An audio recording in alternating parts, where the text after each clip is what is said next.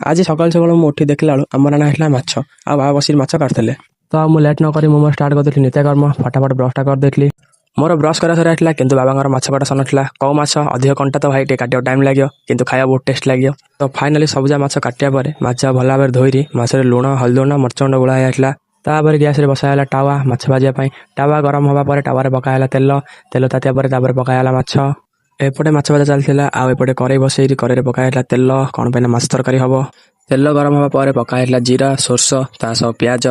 एपटे माछ भजा दर सीझा तो माछ भजा टे उल्टा होगा माछ जा उल्टेला भितर एक पियाज ताता तो टमाटो पकई मसला भल भाव कषा जाऊला मुझे बाहर जाई बुली आसला भितर माछ तरकारी पूरा अधा बना है आ माछ भजा अलमोस्ट सब जा सरला आउे अच्छे 5 minutes later. फाइनाली माछ तरकारी आ माछ भजा पूरा कंप्लीट है एवं खाली बाकी रहा पेट पूजाटा तो मुझे धरी पलि भात माछ तरकारी खाई आस एपरी मिनी ब्लॉग देखा मो यूट्यूब चैनल को सब्सक्राइब करूँ आ इंस्टाग्राम देखुले फॉलो करूँ आज ये रोचे जय जगन्नाथ।